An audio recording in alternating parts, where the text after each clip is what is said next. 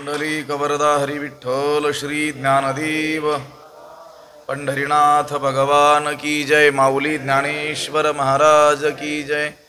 जगद्गुरु तुकाराम महाराज की जय।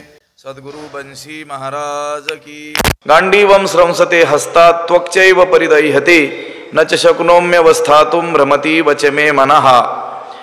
ग्रंथराज ज्ञानेश्वरीच्या पहिल्या अध्यायाचं चिंतन आपण करत आहोत आणि या पहिल्या अध्यायातील 30व्या क्रमांकाचा हा श्लोक आहे। हा श्लोक आणि यावर असलेलं जे भाष्य आहे त्यातील काही ओव्यांचा विचार आपण केलेला आहे। तरी सरळ या श्लोकाचा आणि ज्या झालेल्या ओव्या आहेत त्याचा सरळ अर्थ एकदा आपण पाहूयात। अर्जुन म्हणतो आहे देवाला, हातातून हे गांडीव धनुष्य गळून पडत आहे। त्वचेचा सर्व बाजूंनी काय होतो आहे, दाह होतो आहे आणि मी येथे उभा राहण्यासाठी देखील समर्थ नाही।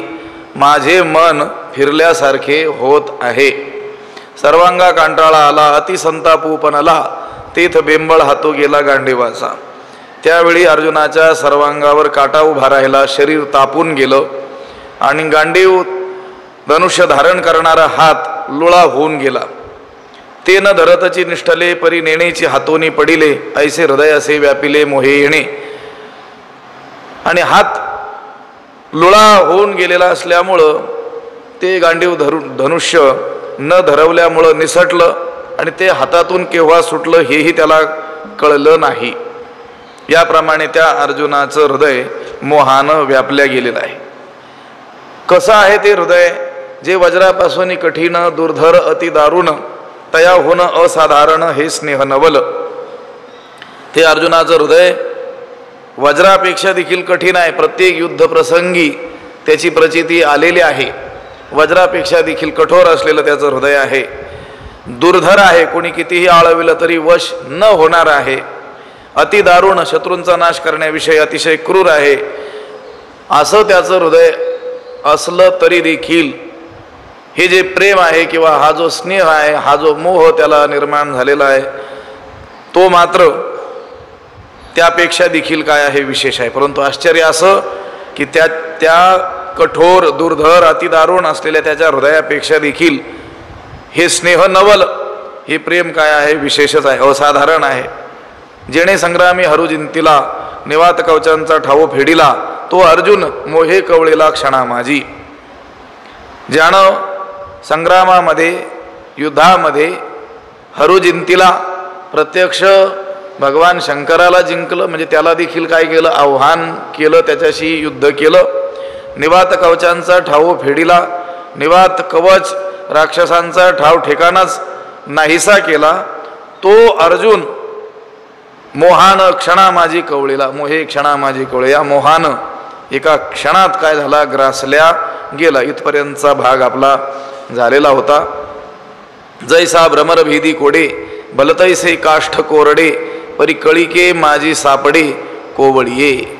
उदाहरण देतात ज्ञानोबाराय की त्या अर्जुनाचं हृदय कठीण दुर्धर अतिदारुण असं असून सुद्धा ते पघळलं। लक्षात आलं का? त्याच्या हृदयाला द्राव आला म्हटले, कारण मोह निर्माण झाला। हे कसं घडलं? उदाहरण त्यांनी सांगितलं। जैसा भ्रमर भेदी कोडे, ज्याप्रमाणे भ्रमर भुंगा भलतैसे कोरडे काष्ट कोडे भेदी, भलतैसे कठीणात कठीण कोणतंही, कोरडे काष्ठ वाळलेलं लाकूड, कोडे भेदी सहज कोरून टाकतो। भुंगा काय करतो? लाकडाला सहज कोरतो। कोणत्या लाकडाला? ज्ञानोबाराय म्हटले भलतैसे, कोणतंही घ्या तुम्हाला हवं ते, कठीणात कठीण असलेलं लाकूड, तेही कसं, ओलं नाही, कोरडे, कोरडं लाकूड देखील। पण तोच भुंगा ज्या वेळेस त्या कमळाच्या गाभ्यात बसून त्याचा स्वाद घेताना अडकतो, त्या कोवळ्या कळीमध्ये अडकून पडतो, तिथून तो बाहेर जाणत नाही। लक्षात आलं का? आता त्याला एवढं भलतैसे कोरडं काष्ठ कोरणारा तो भुंगा, त्याला ते कमळदळ चिरणं काही कठीण आहे का? किती लाकूड कठीण असतं. काही लाकडं इतके कठीण असतात, कठोर असतात. कुऱ्हाड जरी मारली ती कुऱ्हाड बोथट होते कधी कधी. एवढे महाभयंकर काय खैराचं लाकूड म्हणा कठीण आहे, पण त्याला देखील कोरतो तो भुंगा. बरं, त्याला कोरताना काही त्रास होतो का? नाही, कोडे सहज सहज कोरतो म्हणे. एवढा तो भुंगा ते निष्णात आहे ते लाकूड कोरण्याच्या बाबतीमध्ये. पण त्या कोवळ्या कळिकेमध्ये काय होतो, तो गवसतो, सापडतो. मग आता त्यानं तिथून निघून जावं ना? नाही, तेथ उत्तीर्ण होईल प्राणे परी ते कमळदळ चिरू नेणे तैसे कठीण कोवळेपणे स्नेह देखा. तेथ प्राणे उत्तीर्ण होईल, तेथे तो प्राणास मुकेल. परी ते कमळदळ चिरून येणे, पण ती कमळाची कोमळ कळी चिरून बाहेर पडावं असं तो जाणतच नाही. त्याला काहीच कठीण नाही आहे कमळदळ चिरून बाहेर येणं. हवं ते वाळलेलं लाकूड सहजपणे कोरणारा तो भुंगा, पण ती कोवळी कमळकळिका चिरू जाणत नाही. नाथ महाराज म्हणतात, जो शुष्क काष्ठ स्वये कोरी, जो भुंगा शुष्क म्हणजे वाळलेलं, काष्ठ म्हणजे लाकूड स्वतः काय करतो, कोरतो, तो कोवळ्या कमळा माझारी भ्रमर गुंतला प्रीतीवरी केसर माझारी कुचंबो नेदी. तो मात्र त्या केसराला कुचंबू देखील देत नाही, त्याच्यातच अडकून राहतो, त्याच्यातच गुंतून राहतो. त्याला त्या कमळाचा, त्या मकरंदाचा काय झालेला आहे, मोह झालेला आहे. ते उत्तीर्ण होईल प्राणे परी ते कमळदळ चिरून येणे. त्या कळीत अडकल्यानंतर तो प्राणालाही मुकेल, परंतु त्या कमळाची पाकळी भेदणं तो मनात देखील आणत नाही. असा तो विचार देखील करत नाही की मी आता हे चिरून बाहेर पडलं पाहिजे. असा हा स्नेह कोमलपणामुळं अतिशय कठीण आहे. ज्ञानोबा म्हणतात, तैसे कठीण कोवळेपणे स्नेह देखा. हा स्नेह कोवळ्यापणानंच सर्वात काय आहे म्हटले, कठीण आहे. आता त्या साहित्यिकाने असं म्हटलेलं आहे, रात्रीर्गमिष्यती भविष्यती सुप्रभातम भास्वानुदिश्येती हसिष्यती पंकजश्रीहि इत्थम विचिंतयति कोशगते द्विरेफे हा हंत हंत नलिनीम गज उज्जहार.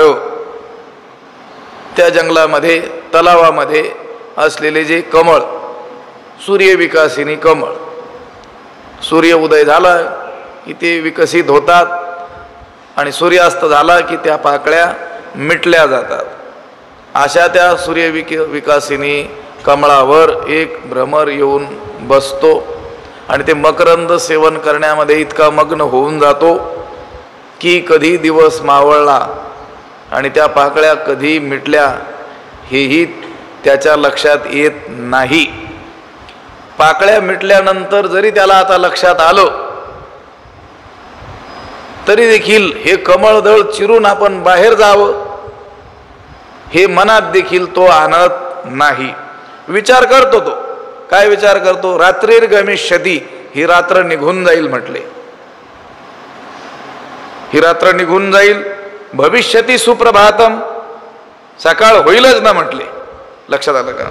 भास्वानुदेश्यती, हा भानू, हा सूर्य काय होईल, उगवेल. हसिष्यती पंकजश्रीहि, हे कमळ काय होईल, विकसित होईल. असं काय करतो, तो विचार करतो. पण तो त्या कमळामध्ये असा विचार करत असतानाच मध्यरात्री उन्मत्त हत्ती त्या तलावामध्ये स्नान करण्याकरिता येत असतात. तर ते आल्याची जाणीव देखील त्याला होते. त्यांच्या पायानं ते पाणी देखील काय होतंय, हलतंय, वाजतंय. पण तरी देखील तो हाच विचार करतो, नाही नाही, रात्र निघून जाईल, कधीतरी सकाळ होईल, दिवस उगवेल, कमळ पाकळ्या ज्या मिटलेल्या आहेत ते उमलेल आणि मी इथून काय होईल, निघून जाईल. इत्थम विचिंतयती कोशगते द्विरेफे, त्या कमळकोशामध्ये अडकलेला तो भुंगा अशा रीतीनं विचार करत असतो. तेवढ्यातच हा हंत हंत नलिनीम गज उज्जहार, त्या तो जो उन्मत्त हत्ती येतो आणि त्या कमळाला सोंडेनं मोडून तोडून टाकतो, पायाखाली दाबून टाकतो. हा मरतो. तेथ उत्तीर्ण होईल प्राणे, परी ते कमळदळ चिरू नेणे. अगदी तो हत्ती जवळ आलेला असताना सुद्धा त्याने जर विचार केला असता तर काही क्षणात त्या कमळ पाकळ्या चिरून तो बाहेर पडू शकला असता. पण तो त्या कमळाच्या, त्या मकरंदाच्या स्नेहामध्ये इतका अडकला, इतका लुब्ध होऊन गेला की ते कमळदळ चिरून येणे, हे कमळदळ मी चिरावं आणि बाहेर जावं हे देखील तो मनात आणत नाही. हे उदाहरण दिलं. तैसे कठीण कोवळेपणे स्नेह देखा. हा जो स्नेह आहे, हा जो मोह आहे, हे जे स्वजनांविषयीचं नको त्या ठिकाणी मनामध्ये निर्माण झालेलं प्रेम आहे, हे कठीण कोवळेपणे स्नेह देखा. हा जो स्नेह आहे कोवळेपणानंच सर्वात काय आहे, कठीण आहे म्हटले. ज्ञानोबा तर म्हणतात, मला तर वाटतं हा स्नेह, हा मोह, हा प्रेम, हे जे प्रेम, हे काही स्नेह प्रेम वगैरे नाही. ही तर मला वाटतं ही मायाच आहे. हे आदिपुरुषाची माया. ब्रह्मे या ही नयेची आया, म्हणवणी भुलविला ऐके राया संजय म्हणे. संजय सांगतो धृतराष्ट्राला, राया म्हणजे हे राजा ऐके. संजय म्हणे राया ऐके. संजय म्हणतो राजा ऐक, धृतराष्ट्रा ऐक. हे आदिपुरुषाची माया. हा स्नेह म्हणजे आदिपुरुष ईश्वराची काय आहे, मायाच आहे. ब्रह्मे या ही नयेची आया. ब्रह्मे या ही आया नयेची, ही ब्रह्मदेवाला देखील आकळली जात नाही. कोण आकळली जात नाही, माया.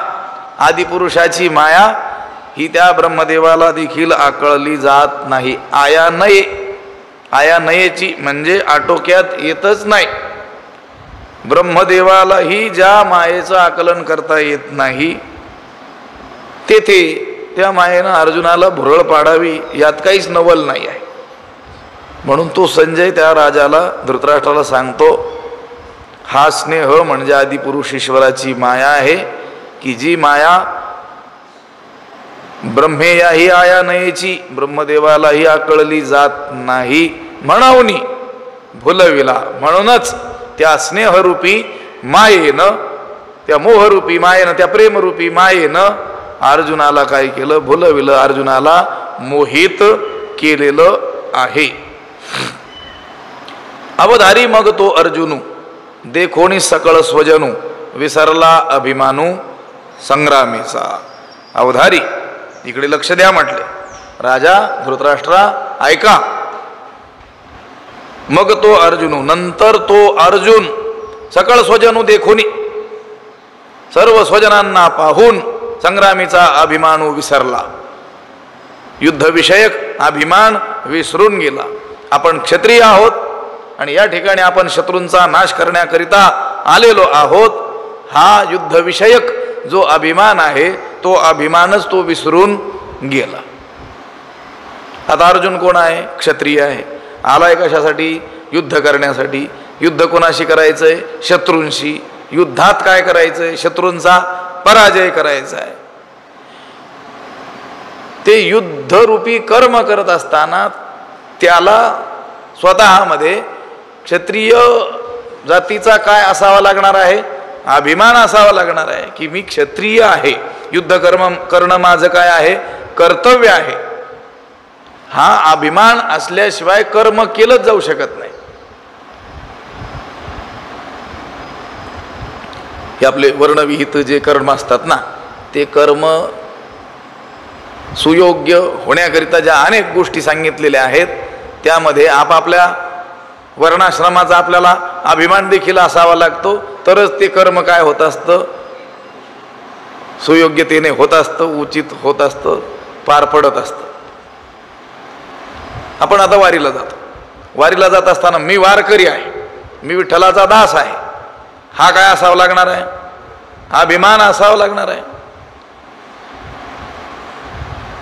तो अभिमान धारण केला तरच ते हाती घेतलेलं कर्म सुव्यवस्थित होत असतं, पार पडत असतं. नाहीतर आलोय बुवान करतोय वारी, होणार नाही वारी. लक्षात आलं का? कोणतंही कर्म करत असताना ते कर्म करण्याचं काय करावं लागतो? अभिमान धारण करावा लागतो. हा गेला युद्धरूपी कर्म करण्याकरिता. तो आहे क्षत्रिय, त्याला युद्धाचा अनुभव देखील आहे. मग त्याने आता क्षत्रियत्वाचा काय धारण केला पाहिजे? अभिमान धारण केला पाहिजे. पण विसरला अभिमानू संग्रामीचा, त्या संग्रामीचा, त्या युद्धाचा, युद्धविषयक असलेला क्षत्रियत्वाचा तो अभिमानच काय झाला? विसरून गेला. का? सकळ स्वजनू देखुनी, त्या स्वजनांना पाहून आपल्या क्षत्रियत्वाचा अभिमानच तो विसरून गेला. अवधारी मग तो अर्जुनू देखोनी सकळ स्वजनू, विसरला अभिमानू संग्रामीचा. स्वजनू देखोनी बरं का, शत्रू देखोनी नाही म्हटलं. त्याने जर त्यांना पाहत असताना मी शत्रूंना पाहतो आहे असा भाव धारण केला असता तर मग संग्रामीचा अभिमानू विसरला नसता. उलट संग्रामाचा काय केला असता? अभिमान धारण केला असता. पण त्यांना पाहत असताना तो कोणत्या बुद्धीनं पाहतोय? हे माझे सकळ काय आहेत? स्वजन आहेत, गोत्रज आहेत, नातलग आहेत, मित्र आहेत, इष्ट आहेत, सखे आहेत, या दृष्टीनं पाहतो. आणि ते तसं त्याने पाहिल्यामुळंच त्याच्यामध्ये अंतकरणामध्ये मोह निर्माण झाला. त्यांच्याविषयी अतिस्नेह, अत्यंत स्नेह उत्पन्न झाला. आणि मग तो संग्रामीचा अभिमानू विसरला. अवधारी मग तो अर्जुनू देखोनी सकळ स्वजनू, विसरला अभिमानू संग्रामीचा. कैसी नेणो सदयता, उपणली तेथ चित्ता, मग म्हणे कृष्णा आता नसिजे एथ. कैसी नेणो सदयता, उपणली तेथ चित्ता. तेथ, तेथे, त्याच्या चित्तात कृपाळुत्व, सदयता कशी उत्पन्न झाली? नेणो, काही कळायला मार्ग नाही म्हटलं. ज्ञानोबराय म्हणतात अशा विषम प्रसंगी त्याच्या अंतकरणामध्ये स्वजनांविषयी दया निर्माण झाली. कशी निर्माण झाली काही कळायला मार्ग नाही. दया उत्पन्न व्हावी भूतमात्रांप्रती, पण आता ती काय युद्धप्रसंगी दया निर्माण होणं हे काही चांगलं लक्षण आहे का? पण ते म्हणतात कैसी नेणो सदयता. अर्जुन हा क्षत्रिय आहे, शूर आहे, धर्मज्ञ आहे, असं असूनही त्यावेळी त्याचं चित्त कसं दयाभूत झालं, सदय झालं हे काही कळत नाही. आणि त्याच्या चित्तात अशी त्या स्वजनांविषयी दया उत्पन्न झाली. आणि मग तो म्हणतो, मग म्हणे कृष्णा आता नसिजे एथ. मग तो अर्जुन भगवंताला म्हणतो, कृष्णा आता येथ नसिजे, आता मला इथे राहू नये असे वाटते. लक्षात आलं का? आता मला इथं थांबावं वाटत नाही. कुठं? त्या युद्धभूमीवर. कोण म्हणतोय? अर्जुन. जो अर्जुन आता काही क्षणापूर्वी भगवंताला काय म्हणाला होता? जरा पाहू दे मला त्या दुष्टबुद्धी कौरवांचं युद्धात भलं व्हावं अशी इच्छा धरून कोण लढायला आलं त्यांना जरा एकदा मी पाहतो. आणि तोच अर्जुन आता काय म्हणतो? मग म्हणे कृष्णा आता नसिजे एथ. कृष्णा आता मला येथे राहू नये असे वाटते. कैसी नेणो सदयता. काय कारण त्याचं? त्याला का राहावं वाटत नाही तिथं? आता क्षणभर देखील त्याला थांबावं वाटत नाही. कारण त्याच्या अंतकरणात ती कृपा उपजली, स्नेह उत्पन्न झाला, त्या स्वजनांविषयी मोह निर्माण झाला, म्हणून तो तसं म्हणतोय.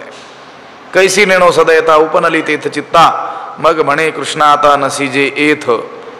माझे अतिशय मन व्याकुळ, होतसे वाचा बरळ, जे वधावे हे सकळ येणे नावे. माझे अतिशय मन व्याकुळ, होतसे वाचा बरळ, जे वधावे हे सकळ येणे नावे.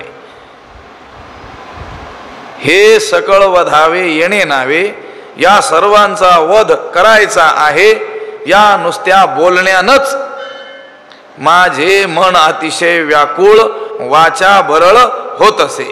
माझं मन व्याकुळ होत आहे आणि वाणी देखील बुबडी होत आहे, बरळ असंबद्ध होत आहे. कशानं? त्यांना मारल्यानं नाही, यांना आता मारायचंय ह्या केवळ बोलण्यानंच, ह्या केवळ विचारानंच. लक्षात आलं का? येणे नावे हे सकळ वधावे येणे नावे, या सर्वांचा वध करायचा आहे या केवळ विचारानं, या केवळ बोलण्यानंच. त्यांना तर मारण्याचं अजून दूर राहिलंय, त्यांच्यावर शस्त्र चालवणं ही गोष्ट तर अजून दूरचीच आहे. फक्त मनात असा विचार आला की आता इथं युद्धाला आपण आलेलो आहोत आणि या सगळ्यांना काय करायचंय? मारायचंय. किंवा असे शब्द कानावर पडले की या सगळ्यांना आता काय करायचंय? मारायचंय. या केवळ बोलण्यानंच जे वधावे हे सकळ येणे नावे, हे सकळ वधावे येणे नावे, या सर्वांचा वध करायचा आहे या नुसत्या बोलण्यानंच, या कल्पनेनंच माझं मन व्याकुळ होत आहे. कसं व्याकुळ? अतिशय व्याकुळ होत आहे. लक्षात आलं का? आणि वाचा बरळ होत असे, वाणी असंबद्ध होते आहे. लक्षात आलं का? काय बोलावं आणि मी काय बोलतोय हे काही मला कळत नाही आहे. ज्यावेळेस असे प्रसंग घडत असतात त्यावेळेस खरोखरच मन अतिशय काय होत असतं? पिळवटून जात असतं. तो सगळा विचार करतोय ना की ज्यांनी आम्हाला आपल्या अंगा खांद्यावर खेळवलं, ज्यांनी आम्हाला काय केलं? अगदी बालपणापासून सांभाळलं, ज्यांनी आम्हाला हे सर्व ज्ञान प्रदान केलेलं आहे, त्यांनाच मारण्याचा इथं काय आलाय? प्रसंग निर्माण झालेला आहे. आणि आता त्यांना काय करायचंय? मारायचंय. हा विचार केल्याने त्याचं हृदय काय होऊन जातंय? पिळवटून जातंय अगदी. माझे अतिशय मन व्याकुळ. आणि बोलत असताना सुद्धा तो म्हणतो वाचा बरळ होत असे आणि वाणी काय होते आहे? बोबडी होते आहे. म्हणजे विचारांचा आपल्या शरीरावर काय होत असतो?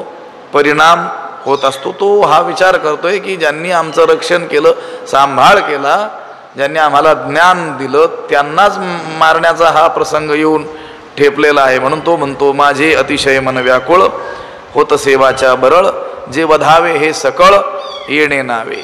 भगवंताला तो म्हणतो देवा मला तर विपरीतच लक्षणं दिसू लागलेली आहेत. लक्षात आलं का? युद्धामध्ये या स्वजनांना मारून काही हित होईल असं काही मला वाटत नाही, असं काही मला दिसतच नाही. निमित्तानि च पश्यामि विपरीतानि केशव न च श्रेयोनु पश्यामि हत्वा स्वजनमा माहवे. केशव हे केशवा, हे कृष्णा, च विपरीतानि निमित्तानि पश्यामि, विपरीत लक्षण मला दिसत आहेत, विपरीत फलसूचक लक्षणही मला दिसत आहेत. बर, आहवे स्वजनम हत्वा, या युद्धामध्ये स्वजनांना मारून श्रेय हा न अनुपश्यामी, काही परम कल्याण होईल असं काही मला दिसत नाही. त्यानं मनात जसा विचार केलाय, दृढतेनं जो विचार केलाय, बाहेर लक्षणं देखील त्याला तसेच दिसू लागलेले.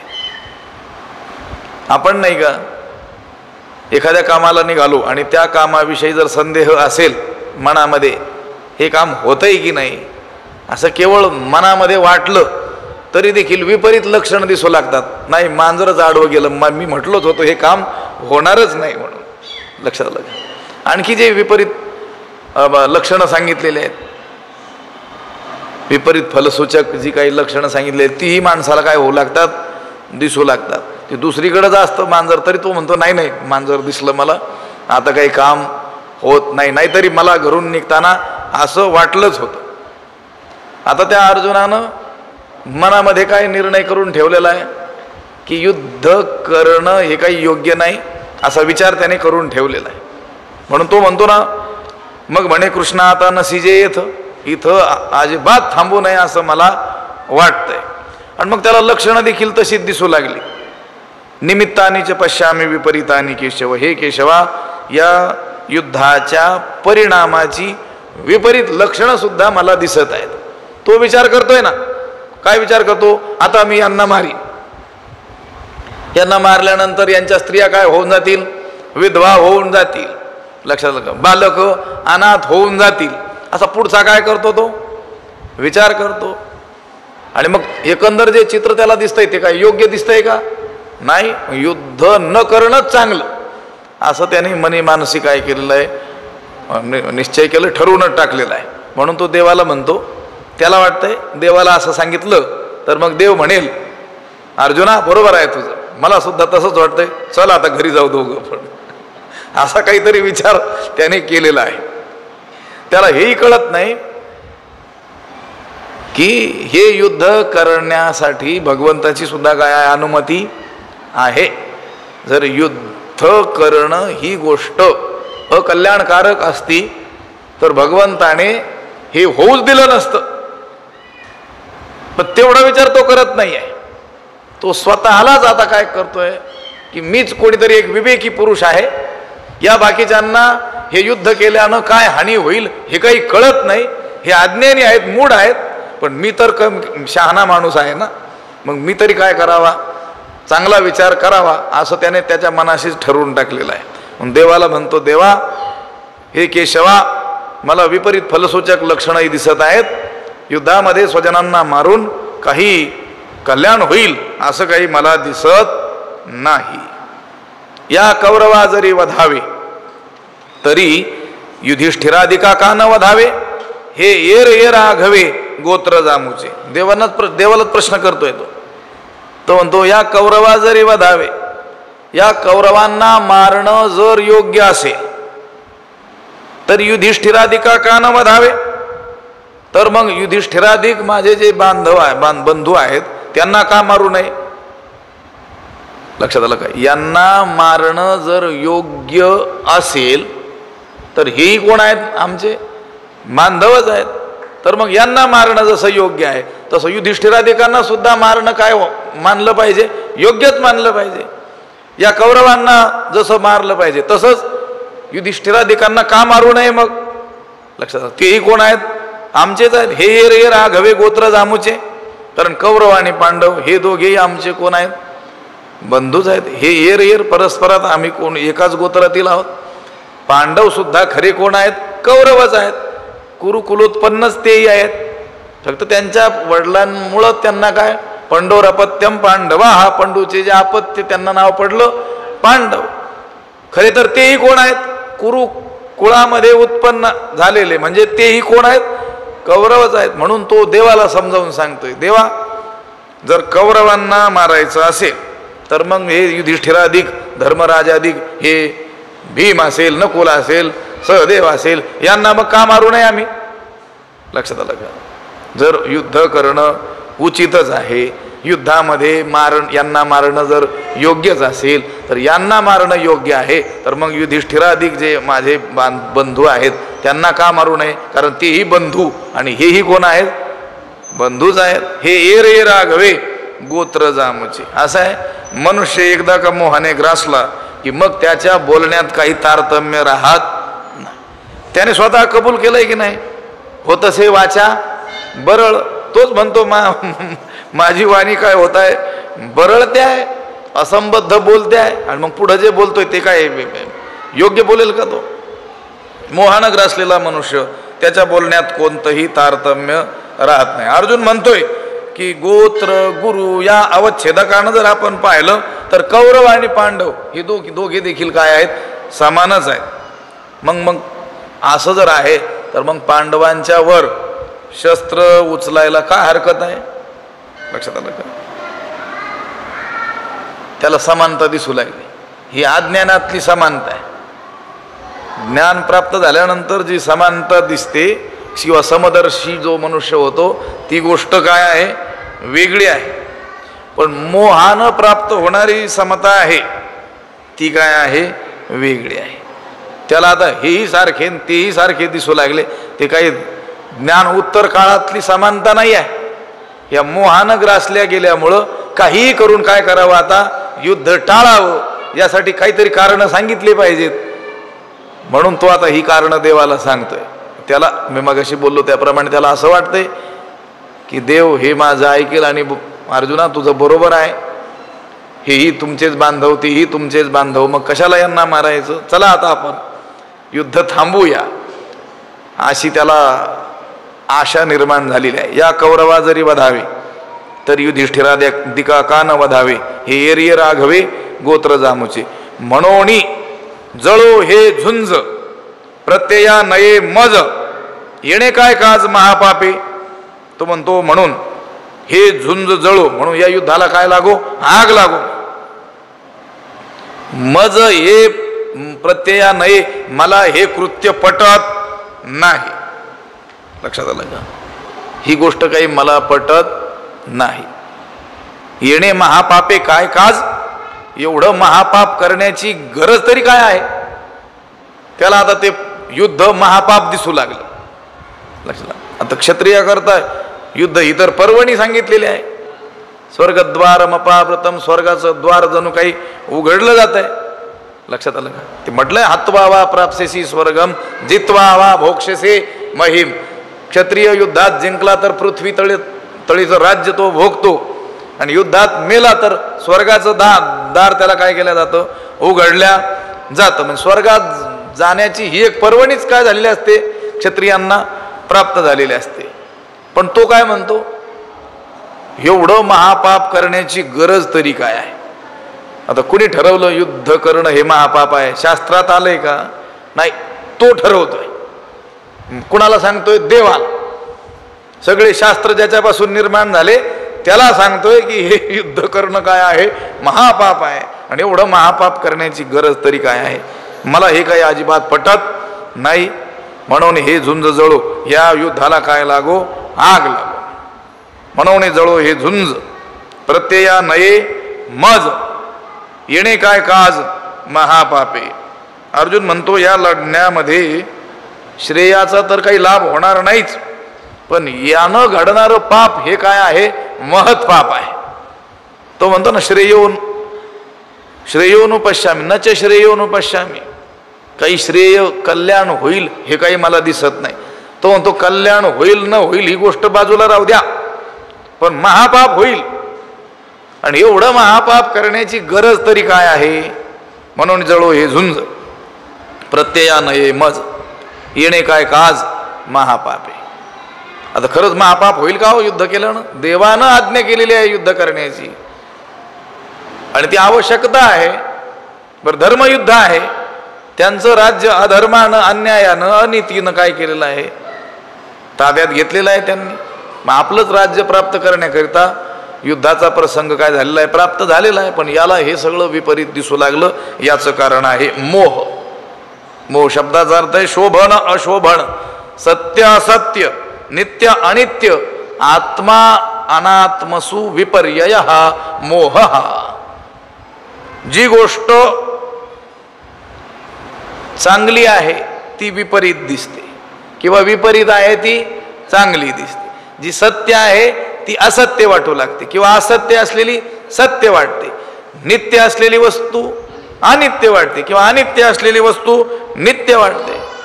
आत्म्याच्या ठिकाणी अनात्म्याचा, आणि अनात्म्याच्या ठिकाणी आत्म्याचा काय होतो, भ्रम होतो. हा जो विपर्यय आहे यालाच म्हणतात मोह. आता युद्ध करणं क्षत्रियासाठी पर्वणी असताना हा त्या युद्धाला काय म्हणतो, महापाप. क्षत्रियाला पुण्यकारक आहे युद्ध, आणि हा काय म्हणतो, याने काय होईल, महापाप. म्हणजे पूर्ण उलट दिसू लागलं त्याला. कशामुळं, मोहामुळं. म्हणून जळो हे झुंज प्रत्यया नये मज, येणे काय काज महापापे. आता देव जर कदाचित अर्जुनाला म्हणतील, अर्जुना हे विचार न करता तू बोलतो आहेस, कदाचित म्हणतील की नाही देव, हे काय बडबड लावलेली आहे तू. क्षत्रियाला युद्ध करणं पुण्यकारक असताना काय म्हणतोस, महापाप म्हणतोस. इथं मला थांबावं वाटत नाही असं म्हणतोस. या कौरवांना जर मारायचं असेल तर मग या धर्मराजाधिकांना का मारू नये, हे सगळेच आमचे कोण आहेत, गोत्रजच आहेत असं म्हणतोस. हे तू विचार करून बोलत नाहीस. असं कदाचित देव म्हणतील असं अर्जुनाला वाटतं. तर तो अर्जुन म्हणतो, देवा तुला वाटत असेल हे विचार न करता मी बोलतो, नाही. देवा बहुता परी पाहता येत ओखटे होईल झुंजता वर काही चुकविता लाभवाती. देवा अनेक दृष्टींनी विचार करून पाहिला असता मी सगळ्या दृष्टीनं काय केलेलं आहे. कुठं गेला होता विचार करायला काय माहित, त्याच क्षणाला सांगतोय. तो म्हणतो मी खूप विचार करून सांगतोय म्हणून. कुठं जाऊन चिंतन केलं का त्याने मंथन, तिथल्या तिथंच सांगतोय देवाला जे वाटलंय ते सांगतोय. म्हणतोय देवा बहुता परी पाहता, बहुत दृष्टीने अनेक दृष्टीनं वेगवेगळ्या रीतीनं विचार करून पाहिला असता येत झुंजता ओखटे होईल. यावेळी युद्ध करण्यात आमचं कल्याण होणार नाही, आमची हानी होईल, ओखट होईल, सर्वनाश होईल. कोण म्हणतो? अर्जुन देवाला म्हणतो. आणि मी हे विचार करून बोलतो आहे असं सांगतोय. हे अविचारी माणूस काय बोलेल काहीच नियम नाही. तो अविचारातून अज्ञानातून बोलतोय आणि सांगतोय की मी हे विचारपूर्वक सांगतोय म्हणून. देवा बहुता परी पाहता येत ओखटे होईल झुंजता वर काही चुकविता लाभवाती. आणि त्यापेक्षा जर हे युद्ध चुकवता आलं तर लाभवाती मोठाच मोठा काय आहे, आम्हाला लाभ होणार आहे. म्हणजे त्याला काही करून काय करायचंय, ते युद्ध टाळायचं आहे. तो म्हणतो उलट हे युद्ध जर टाळलं तर आपल्याला काय होईल, काही मोठा लाभ आपल्याला होणार आहे. देवा बहुता परी पाहता अनेक दृष्टींनी विचार केला असता यावेळी युद्ध करण्यात आमचं वाईटच होईल, अनिष्टच होईल, आमची हानीच होणार आहे. आणि त्यापेक्षा जर ते युद्ध चुकवता आलं, युद्ध टाळता आलं तर आमचा काय होणार आहे, फायदाच होणार आहे, लाभच होणार आहे.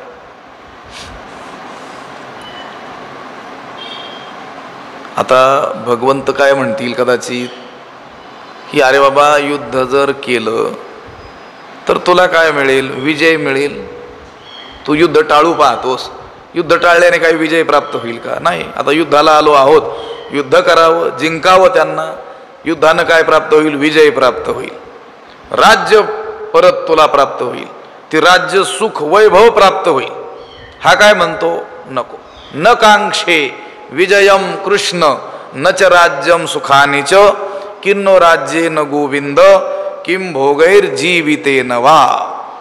कृष्ण न विजयम कांक्षे, हे कृष्णा मला विजयाची इच्छा नाही. च आणि राज्यम सुखानि च, राज्याची सुखाची इच्छा नाही. मला विजयाची इच्छा नाही, राज्याची इच्छा नाही, राज्यप्राप्तीची आणि सुखाचीही इच्छा नाही. त्याचं कारण काय तर गोविंद, हे गोविंदा राज्येन किम नहा राज्येन किम, मला हे राज्य मिळून तरी काय करायचं आहे. भोगे ही किम, भोग तरी कशाकरिता मिळवायचे आहेत. जीविते नवा, आणि जगून तरी काय उपयोग आहे. देवाला सांगतो. तो म्हणतो कृष्णा मला विजयाची इच्छा नाही. तुला वाटत असेल युद्ध करावं म्हणजे काय प्राप्त होईल, विजय. तर मी तुला सांगून ठेवतो मला तो विजय प्राप्त व्हावा अशी ही इच्छा नाही. हा आला कशा करता होता, विजय प्राप्त व्हावा ह्याच इच्छेने आला होता ना. पण आता त्या स्वजनांना पाहून जो मोह झाला त्या मोहापोटी तो काय बोलतोय, मला विजयाची इच्छा नाही, मला राज्याची इच्छा नाही. हे अगोदर सांगायला पाहिजे होतं ना. मला काही राज्य नको आहे, त्यांनी बळकावलं असेल तर खुशाल बळकू द्या, मी माझा जसा आहे तसाच संतुष्ट आहे. ठेविले आनंदे तैसेची राहावे असं मी राहू इच्छितो. पण त्यावेळेस मात्र मनामध्ये काय अभिलाषा होती त्याची की हे गेलेलं राज्य, बळकावलेलं राज्य, हडपलेलं राज्य आम्ही काय करणार, आमच्या पुरुषार्थानं पुन्हा पाठीमाग घेणार. पण आता म्हणतोय राज्याची मला इच्छा नाही, सुखाची देखील काय नाही इच्छा नाही. कारण हे गोविंदा राज्य मिळवून तरी काय करायचं आहे, भोग तरी कशाकरिता मिळवायचे आहेत, आणि शेवटी म्हणतो जगून तरी काय उपयोग आहे. लक्षात आलं. हे सगळं कशापोटी बोलतो, तो मोहापोटी बोलतो आहे.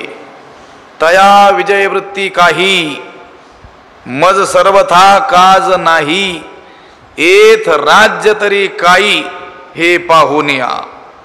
तया विजयवृत्ती काही, त्या विजयाची इच्छा करण्याचं मज सर्वथा काज नाही, मला कोणतंही प्रयोजन नाही. लक्षात आलं का? माझा विजय व्हावा अशी जी इच्छा आहे त्या इच्छेशी मला मुळीच कर्तव्य नाही. सर्वतोपरी कोणतंही प्रयोजन मला त्या विजयाची इच्छा करण्याचं दिसत नाही. येत राज्य तरी काही हे पाहुण्या. हे पाहुण्या म्हणजे या डोळ्या देखत या गोत्रजांचा वध पाहून राज्य तरी काही, राज्य मिळवून तरी काय करायचं. कारण यांना मारल्याशिवाय तर राज्य प्राप्त होणार नाही. ते राज्य प्राप्त करायचं असेल तर यांना काय करावं लागेल, मारावं लागेल. या सकळ गोत्रजांचा वध मला करावा लागेल. आणि माझ्या डोळ्या देखत या गोत्रजांचा वध झालेला पाहून हे राज्य मिळवून तरी मला काय करायचं. त्याची काय कल्पना आहे की हे राज्य जे मिळवायचं असतं कोणाकरता, सगळे आपल्या कुटुंबियांकरता. इथून मागं देखील त्याची धारणा काय आहे, तीच आहे. कुठूनही देशोदेशीच्या राजांना जिंकून, त्यांची धनसंपत्ती जिंकून जी आणली, कोणासाठी आणलेली आहे, सगळ्या कुटुंबियांकरता, सगळ्या गोत्रजांकरता, सगळ्या बंधुबांधवांकरता आणलेली आहे. आणि आता मात्र असा विपरीत प्रसंग येऊन ठेपलेला आहे की त्यांच्याशीच लढायचं आणि त्यांच्याकडूनच राज्य प्राप्त करून घ्यायचं आहे. म्हणजे आजपर्यंत आम्ही जे राज्य मिळवले ते कोणाकरता मिळवले, या सगळ्यांसाठी मिळवले. आणि आता मात्र राज्य मिळवण्याकरता काय करावं लागणार, यांना मारावं लागेल. म्हणून हे पाहून या, हे राज्य तरी काय, या डोळ्या देखत गोत्रजांचा वध पाहून हे राज्य मिळवून तरी काय करायचंय. कोणाला सांगतोय तो, भगवंताला सांगतोय. हे कधी म्हणायला पाहिजे होतं, ती युद्धाची तयारी ज्यावेळेस चाललेली असेल वर्ष 6 महिने अगोदर, त्यावेळेसच सांगायला पाहिजे होतं की नाही. ते गमतीनं महापुरुष सांगत असतात, एखाद्या मुलाचा विवाह ठरावा. आता जरा झटपट होतात विवाह, पूर्वीच्या काळी विलंबित प्रक्रिया असायची. जरा बघायला जाणं, त्यांनी बघायला येणं, पुन्हा ठरवायला जाणं, पुन्हा आणखी काय काय विधी असायचे. लक्षात आलं का? हे सगळे विधी होऊ दिले. विवाहाचा दिवस येऊन ठेपला, तो मुहूर्तही आला. ते ब्राह्मण देवताही म्हणू लागले, मुहूर्त टळू लागलाय, लवकर त्या बोहल्यावरती उभं राहा. आणि तिथं उभं राहिल्यानंतर त्या वरानं काय सांगितलं, शहाण्या माणसाला, एका त्याच्या नातेवाईकातील मोठ्या माणसाला बोलावून घेतलं आणि त्याला सांगू लागला की गृहस्थाश्रम स्वीकारणं हे काही मला उचित दिसत नाही. सर्व संघ परित्याग करून भगवत प्राप्तीकरिता कुठेतरी वनांतरी जावं अशी माझी इच्छा आहे.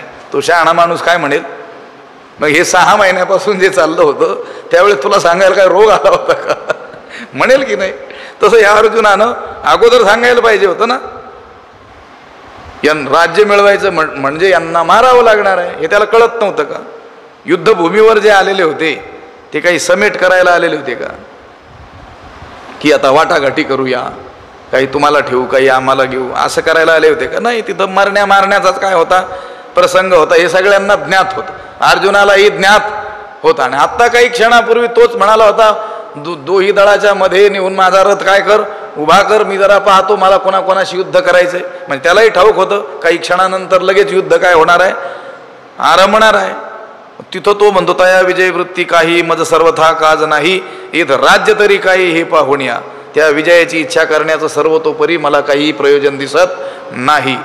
आणि ह्या डोळ्या देखत या गोत्रजांचा वध पाहून किंवा यांचा वध करून, वध झालेला पाहून हे राज्य मिळवून तरी काय करायचं, हे राज्य तरी काय, या सकळा ते वधावे आणि मग जे भोग भोगावे ते जळोत आघवे पार्थू म्हणे. या सकळा ते वधावे, या सर्वांचा वध करावा आणि मग जे भोग भोगावे आणि मग जे आपण सुखाने भोग भोगावे त्यापेक्षा ते जळोत आघवे पार्थू म्हणे. त्यापेक्षा तो विजय, ते राज्य भोग आणि सुख या सर्वांना काय लागू, आग लागू पार्थू म्हणे, असं अर्जुन त्यावेळी म्हणाला. तो म्हणतो या सगळ्यांचं काय करावं, आपण वध करावा आणि मग आपण सुखानं भोग भोगावेत. त्यापेक्षा हे राज्य, हा विजय, हे सुख, या सगळ्यांना काय लागो? आग लागो. हे काही वैराग्य बोलतंय का त्याच्या अंतःकरणातलं? कोण बोलतो? मोह बोलतो. अनेक वेळेस मोहापोटी लोक असा काहीतरी विचार करत असतात किंवा बोलत असतात आणि स्वतः अशी समजूत करून घेतात किंवा त्यांचं बोललेलं ऐकल्यानंतर समोरचे असे समजूत करून घेतात की याला काय झालेलं आहे? प्रचंड वैराग्य झालेलं आहे.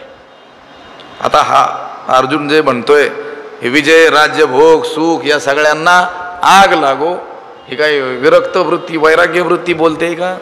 नाही बोलते. हा हे कोण बोलतोय? मोह बोलतोय, हे अज्ञान बोलतंय. त्या स्वजनांप्रती अतिस्नेह अंतःकरणात जो उत्पन्न झाला त्या स्नेहापोटी हे सगळं तो बोलतोय. मग मला सांगा,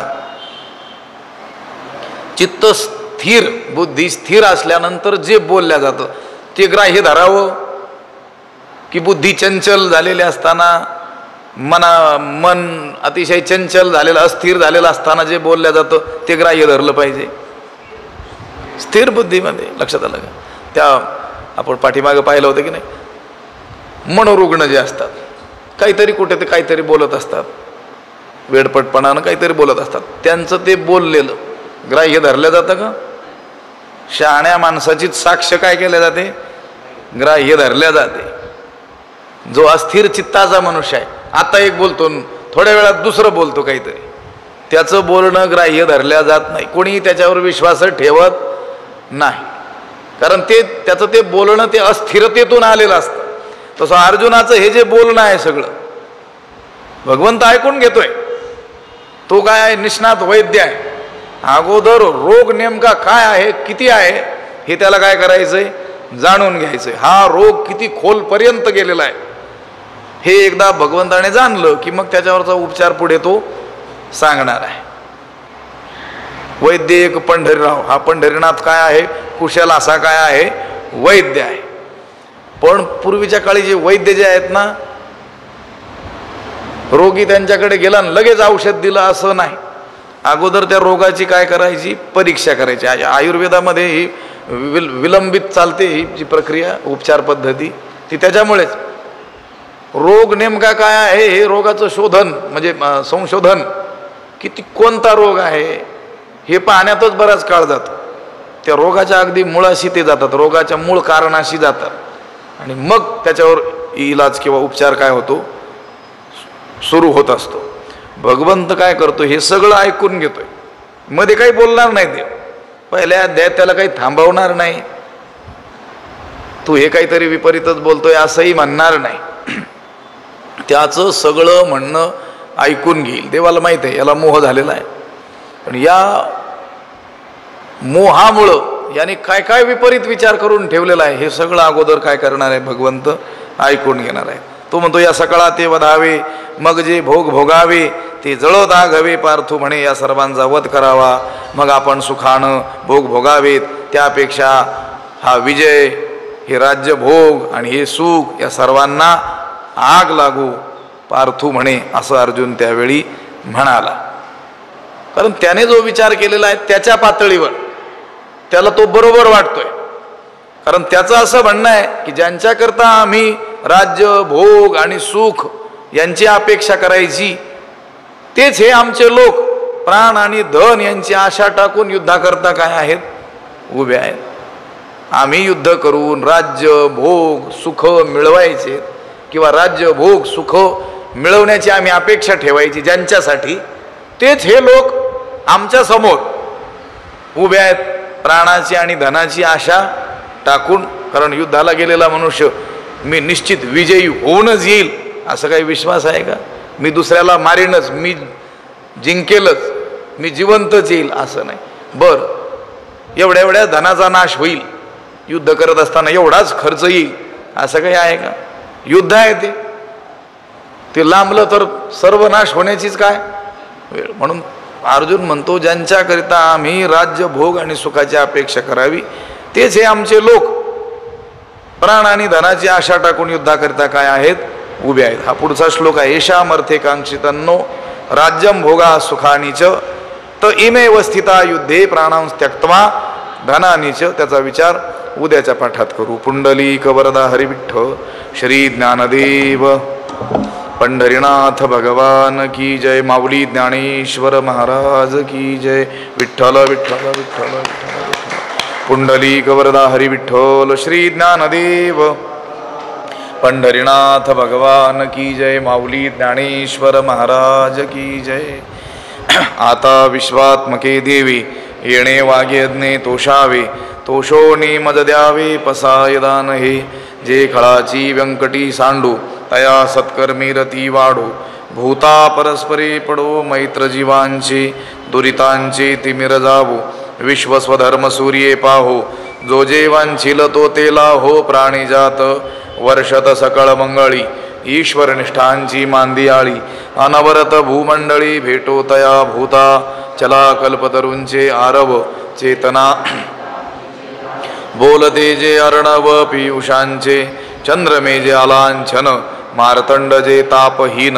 ते सर्वाही सदा सज्जन सोय रे होतू. किंबहुना सर्व सुखी पूर्ण होणे तिही लोकी. भजिजो आदि पुरुखी अखंडित आणि ग्रंथोपजीविये विशेषी लोकीये. दृष्टादृष्ट विजये होवावेजी. येथ म्हणे श्री विश्वेश्वरावो हा होईल दान पसावो. येणे वरे ज्ञानदेवो सुखिया झाला. येणे वरे ज्ञानदेवो सुखिया झाला. येणे वरे ज्ञानदेवो सुखिया झाला. पुंडलीक वरदा हरिविठ्ठल श्री ज्ञानदेव तुकाराम पंढरीनाथ भगवान की जय. माऊली ज्ञानेश्वर जगद्गुरु तुकाराम महाराज की जय. सद्गुरु बंसी महाराज की जय. सद्गुरु जोग महाराज की जय.